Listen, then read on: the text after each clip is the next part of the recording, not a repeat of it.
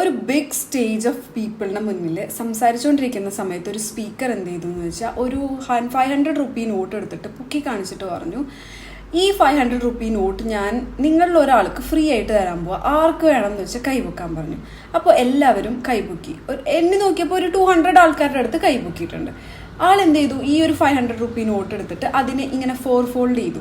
അത് കഴിഞ്ഞിട്ട് വീണ്ടും നിർത്തിയിട്ട് ചോദിച്ചു, ഇനി ഇത് ആർക്ക് വേണമെന്ന് ചോദിച്ചു. അപ്പോഴും ഇതേപോലെ തന്നെ ഒരാൾക്കാരും കൈ താഴ്ത്തിയിട്ടില്ല, എല്ലാവരും കൈപൊക്കി തന്നെ പിടിച്ചിട്ടുണ്ട്.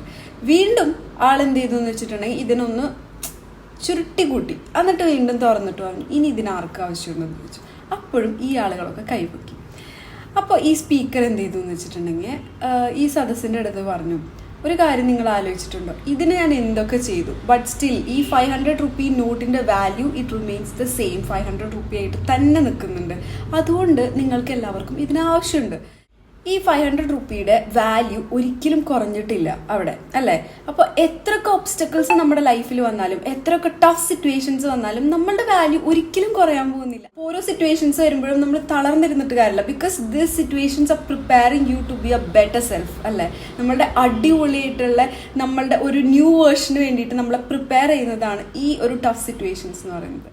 അപ്പോൾ ഒരു കാര്യം എപ്പോഴും ആലോചിച്ചാൽ മതി, ഇന്ന് നിങ്ങളൊരു ടഫ് സിറ്റുവേഷനിൽ കൂടെ കടന്നു പോകുന്നുണ്ടെങ്കിൽ അത് ആ സിറ്റുവേഷൻ തരണം ചെയ്ത് നമ്മൾ പുറത്തോട്ട് വരില്ലേ, ആ ടൈമിൽ you will be a better person and you will be A much more matured person. ഒരിക്കലും നിങ്ങളൊരു വീക്ക് പേഴ്സൺ ആയിട്ടായിരിക്കില്ല പുറത്തു വരിക.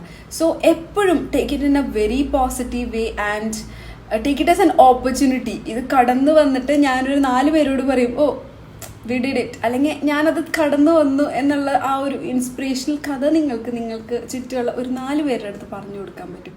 അപ്പോൾ അതാണ് നമ്മുടെ ഇന്നത്തെ വീഡിയോ. എല്ലാവർക്കും വീഡിയോ ഇഷ്ടപ്പെട്ടെന്ന് വിചാരിക്കണം. അപ്പോൾ നമ്മുടെ ചാനലിലൊക്കെ ഒന്ന് കയറി നോക്കണം കേട്ടോ.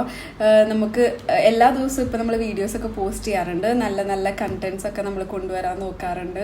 വ്ളോഗ്സും സ്റ്റോറീസും ഡെയിലി റിലേറ്റബിൾ ആയിട്ടുള്ള എല്ലാ കാര്യങ്ങളും നമ്മൾ ഇൻക്ലൂഡ് ചെയ്യാറുണ്ട് കേട്ടോ. അപ്പോൾ ചാനൽ ഇഷ്ടപ്പെടുകയാണെങ്കിൽ എന്തായാലും സബ്സ്ക്രൈബ് ചെയ്യുക, ഫ്രണ്ട്സൊക്കെ ആയിട്ട് ഷെയർ ചെയ്യാനും ലൈക്ക് ചെയ്യാനും മറക്കരുത്. Okay, bye. അപ്പോൾ അടുത്ത വീഡിയോ ആയിട്ട് കാണുന്നവരെ ബൈ.